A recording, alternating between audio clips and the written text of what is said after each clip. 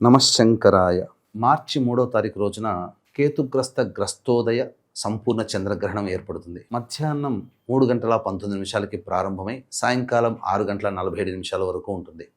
అయితే చాలామంది మనకు చెప్తున్నటువంటి శాస్త్ర ప్రకారం చంద్రోదయం 6:19 కాబట్టి చాంద్రమానాన్ని అనుసరించి ఏదైనా గ్రహణాన్ని కనిపించే సమయమే మనకు ప్రధానం కాబట్టి 6:19 నుంచి 6:47 వరకే లెక్కలోకి తీసుకోవాలి అని.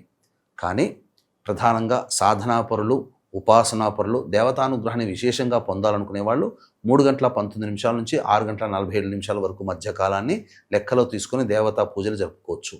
అయితే ఈ సందర్భంగా ఆ యొక్క గ్రహణం ఏర్పడుతున్నటువంటి సమయంలో అంతరిక్షం నుంచి విషవాయువులు డైరెక్ట్గా మన భూమి మీదకి ప్రసరిస్తాయి కాబట్టి ఆ ఇంటిని అంతా కూడాను తలుపులు కిటికీలన్నీ మూసివేసి పూజా మందిరం అంత దగ్గర కూడాను చక్కగా మూసివేసి ఆ యొక్క పూజా మందిరంలో దర్భపోచలు, అలాగే మంచినీటి వాడుకునే నీటిలో దర్భపోచలు, ఊరగాయలు, కాయగూరలు వాడుకునే పదార్థాల్లో దర్భపోచలు వేయడం, అలాగే ఇంట్లో అంతా కూడాను మధ్య హాలులో చతురస్రం కానీ షట్కోణం కానీ బియ్యము లేదా పసుపుతో షట్కోణం వేసి ఆ మధ్యలో దర్భకుచ్చలు ఉంచినట్లయితే విషవాయువులు ఏవైతే మనకు తెలియకుండా మన కంటి కనబడవు కాబట్టి ప్రసరిస్తాయో ఆ ఇంట్లో ఉన్నటువంటి విషవాయువుల ప్రభావం అంతా దర్భకుచ్చలు పవిత్రతను చేకూరుతాయి.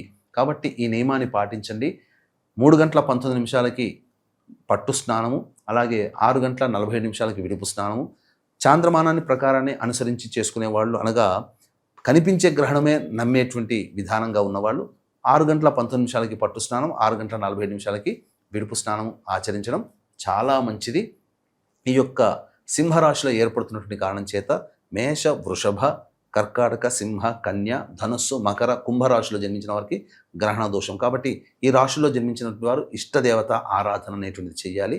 దీన్ని దృష్టిలో పెట్టుకునే మన పీఠం ఆధ్వర్యంలో 4వ తారీఖు సాయంకాలం 6 గంటలకి ఈ యొక్క గ్రహణదోష నివారణ పూజల హోమాలు జరిపించి శక్తిపాతం చేసినటువంటి కరుంగలి మాల ఇవ్వడం జరుగుతుంది. అవకాశం ఉన్నటువంటి వాళ్ళు 4వ తారీఖు సాయంకాలం 5 గంటల లోపల స్క్రీన్పై కనిపిస్తున్నటువంటి నెంబర్కి కాంటాక్ట్ చేసి మీ గోత్రనామాలు నమోదు చేసుకోవచ్చు.